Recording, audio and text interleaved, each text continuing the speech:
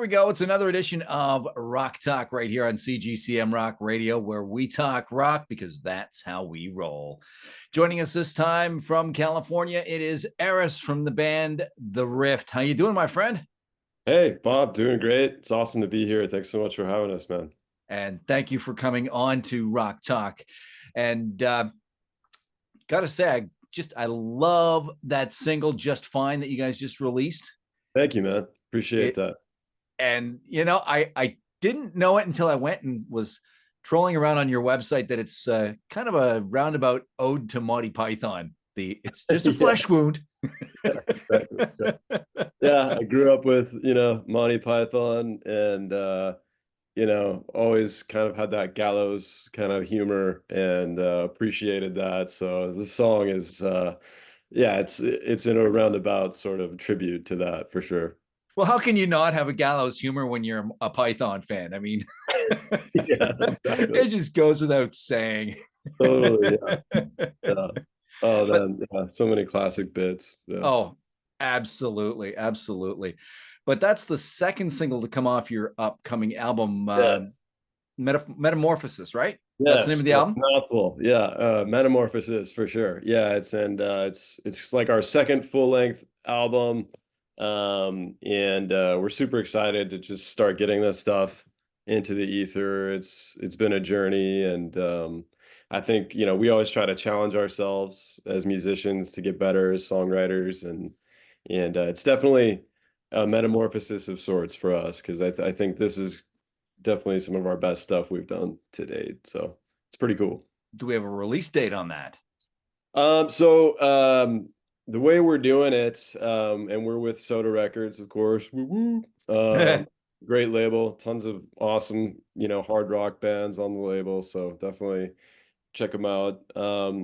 But the way we're doing it with Soda is we're releasing each track off the record as a single release, and then we're gonna put everything out as a full body of work at the end. So the next track will come out probably in the next month and a half, and we're just gonna keep building on what we got. But there's like 6, 7 songs left for us to release here, so we got a little ways to go. And it's interesting that you say that. I've been talking to different artists, and that seems to be the way that things are going. It's more Yeah, economically feasible for artists to release single after single after single instead of boom, here's an album. yeah. I mean, so that's kind of what we've been doing over the last several years. We would do a one, maybe 2 songs a year that we would release just as singles. But like I'm sure you're the same way. Like I love an album, Mm-hmm. and like you get the full kind of scope of where a band is at, I think, on an album. So this time we had the means and the ability to go kind of track most of the stuff at once and try to get it done. And but the way the industry is now, it's you're better off if you kind of stack the releases so you get more kind of traction, like with Spotify and everything. If you just drop Right. an album, it's one release, even though you've got 10 songs on there, Yep. you only get credit for the one release. So it kind of kills the album thing, I think, which is kind of a bummer. Yeah. Because I love albums, and I think that's what, especially in rock, like that's what makes a band great is like having like a full body, album, Absolutely. And you've been working with Mike Post on this album. That's a pretty big name. I mean, the guy has made his name with, well, notables like Alice Cooper. Yeah, yeah. I mean, he's Mike is just an awesome guy, and he has a really great studio, Moose Cat Studios, which is in Hollywood. And I mean, he's done a bunch of people, big names outside of Yeah. like, the rock and community, and but yeah, I mean, Alice Cooper, like I think he did like uh, a later record where Alice kind of re-released My Nightmare, um, Mm-hmm. and he produced that one. And yeah, I mean, just he said Alice, of course, is famously super nice guy, totally cool to work with. I was like, yeah, that sounds par for the course. And anybody with a scratch handicap at golf too has got Yeah, yeah, has got to be pretty cool if you ask me. I would imagine. I would imagine. Now, give us the backstory of the Rift. Yeah, so the Rift, my bandmate Oves, who's the drummer, we've been playing together in best buds for like, I don't know, 15, 16 years. And we go way, way back. We played in different bands and in school as kids and stuff. And the Rift, originally, my brother John was in the band with us as Mhm. well.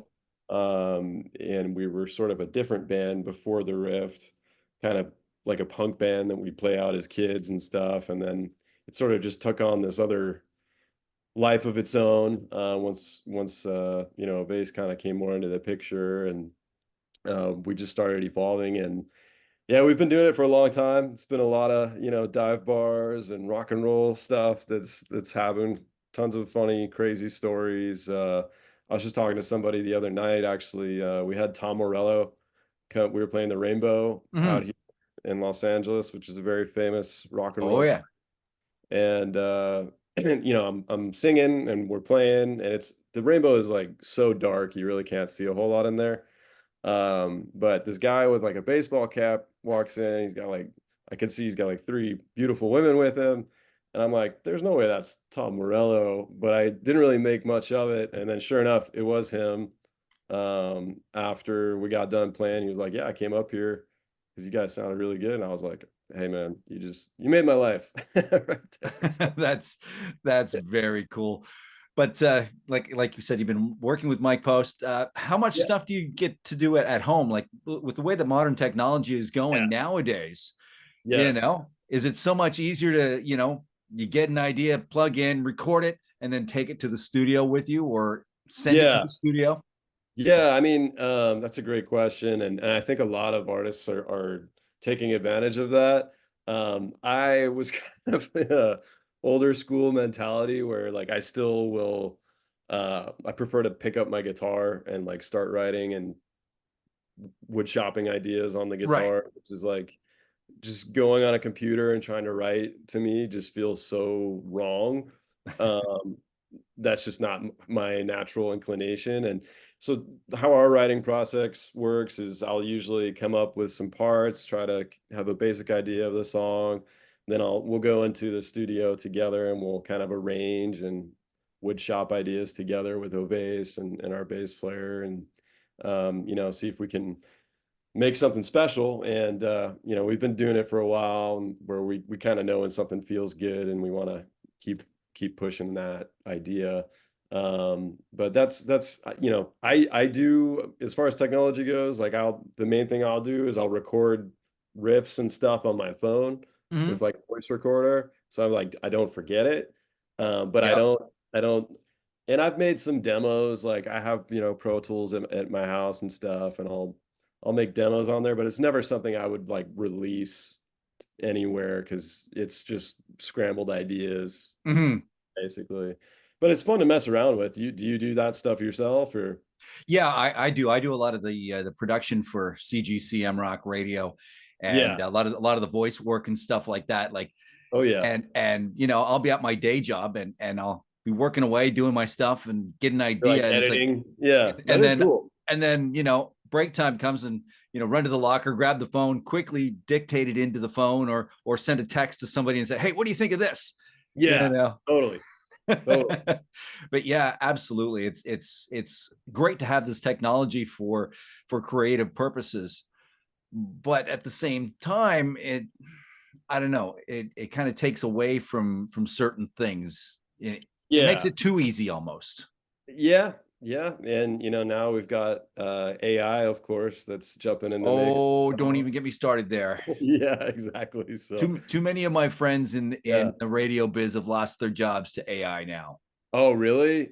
Like Yeah. on the DJ side? Oh, Yeah. that's cool. Yeah, like I've been in the radio business for over 30 years, Yeah. and friends both sides of the border, here in Canada, down in the States, Yeah, yeah. and yeah, a lot of stations are switching to straight AI. It's Wow. kind of sad. That is super sad. Yeah. Yeah. Yeah, because I feel like, a DJ, the personality Yep. and you click with that and you click with the show that the DJ has. with the radio station, and then you want to tune in for that, and you kind of Exactly. becomes a little community, Exactly. And it's why I got into radio. I mean, like I grew up in a household where the radio was on 24/7. I mean, mind you, I lived in a small community where the radio station signed off at midnight, back on again at 5 a.m, but still it was always on. And it was, that was when I had that aha moment at like 5 years old, going, I want to be the big voice guy on the radio. Oh, totally. Did you have something like that? Oh yeah, absolutely. I mean, we, out here in Los Angeles, KLOS is sort of like the big dog radio, rock and roll, classic rock station, and Matt Pinfield. You may know him. He used to host like Headbangers Ball and all that stuff on MTV. He's a pretty famous guy, and he's one of their premier DJs. So grew up listening to KLOS, and they've had so many great DJ tandems. I mean, obviously like Heidi and Frank, they're awesome. And they've played our music on there, which was like a dream come true, because it was a station we grew up listening to, and to hear our stuff on KLOS was pretty rad. And met Matt Pinfield as well. He's a cool dude. But yeah, I mean, those, I feel like the DJs become as much of a part of the scene, as the bands, like. Absolutely. And because they're like the voice of that scene, and so yeah, man, I'm sorry to hear that, because well, now I'm hearing that there's of course these lawsuits going on, because you have these little AI companies that are making these AI artists, and now they're sampling all of the music from like legacy acts or whatever, with major labels. So I don't know. Yeah, the world is in a weird place. It really is. And it's kind of funny. I had a chat with one of the other DJs on my station here, and we were saying the other day, how long is it until one of these companies comes along, samples Wolfman Jack and Casey Kasem, and brings them back to life? I really hope that doesn't happen. I mean, because they built their legacy. Let their legacy be. Yeah, I agree 100%. And just the fact that they're trying to like force AI into this space where this is a human expression. I don't know. It seems just weird to me. But hey, anything for a buck. Yeah, exactly. But getting back to the music side of things, it seems that we are entering into, or in the midst of, a rock revival. Would you say that's that? Yeah, I'm happy we finally got here. Away from all the prefab pop they've been shoving down our throats for the past little while. It feels like everyone's ready for it, and yeah, I mean, there's so many just amazing like underground rock artists all over the world now, and find a million of them on Facebook, Instagram, TikTok, whatever have you. And there's so many talented rock acts right there. It's really exciting, see, live musicians, people taking the time to learn the instruments, learn the music, and write new music. I love it, man. I love it. I think that's a very good thing to have back, because absolutely. Yeah. Absolutely. Now, like, for a long time we weren't seeing live musicians, Yes, it was a guy with a laptop pressing buttons. Yeah, not cool at all. No. I had a friend of mine who's really into the whole EDM thing, and I'd never been to one of those concerts before. Right. But he was like, "Hey, just come, it'll be fun." I was like, "All right, whatever. You're my friend, I'll go with you." And yeah, it was just bizarre. Literally, guys on the stage and everyone's cheering, and he's got a laptop. Yeah. That's the whole show. I was like, I don't know. I missed the boat on that one. Yeah, exactly. So before we wrap this up here, if I was to come over to your house and start going through your record collection there, Aris, what would I find that I'd kind of hold up and go, hey, dude, like, what's this? Like a guilty pleasure kind of? Yes, exactly, a guilty pleasure. I guess it depends on who you ask. I've definitely got, some. I've started my own little vinyl collection, Mhm. so I'm trying to buy, some of my favorite vinyl stuff. But I've got Kill 'Em All, I've got some Mastodon on vinyl, I got some Maiden, of course. I have a huge, was it Live After Death Maiden Yep. poster with like the lightning. I have that in like my little music room and stuff. And I think I've seen Maiden like 6 times. But as far as like guilty pleasure goes, um, I really love like I mean, I don't know, there's so much stuff. I grew up with like Seal, Mhm. my but hey, I think that dude has a really soulful voice, you Oh, yeah. know. And like Sting and stuff like that too, for sure. Classic. My girls got me a little into Amy Winehouse as well. Like she's, Very super cool. um, but yeah, I don't know. Like I can't think of any. What about you? Do you have a guilty pleasure yourself, I or do. I do. I really dig Linda Ronstadt's music. you know what? Linda Ronstadt has some like low key, really relaxing songs that I've heard. And the fact that the Eagles were her backing band for a while there. Right, amazing. Yeah, Yeah, no, and then she told them, guys, you're too good. get out of here. Go do your own thing. Yeah, that's funny. I did not know that. That's really cool. Yes. Yes. It's there's a really long documentary, and I don't know if it's still on Netflix, and Mm. it probably is down in the States, about the Eagles. I think it's called The Long Run or something like that. But it's about Oh, the, sure. the the entire history of the Eagles, and that's part of it there, where they were backing Linda, and she said, guys, just go do your own thing. You're too good for me. Yeah, worked out well. Yeah, Well, yeah, exactly. I guess they didn't have to go back to their day jobs on that one. yeah, for sure.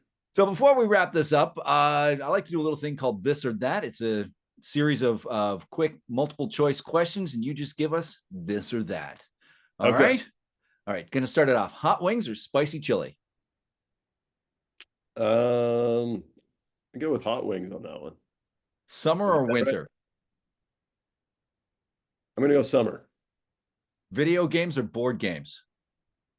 Video games Watching movies at home or at the theater? at the theater. All right. And with that in mind, you get the popcorn or the nachos? Oh, I gotta go popcorn on that one.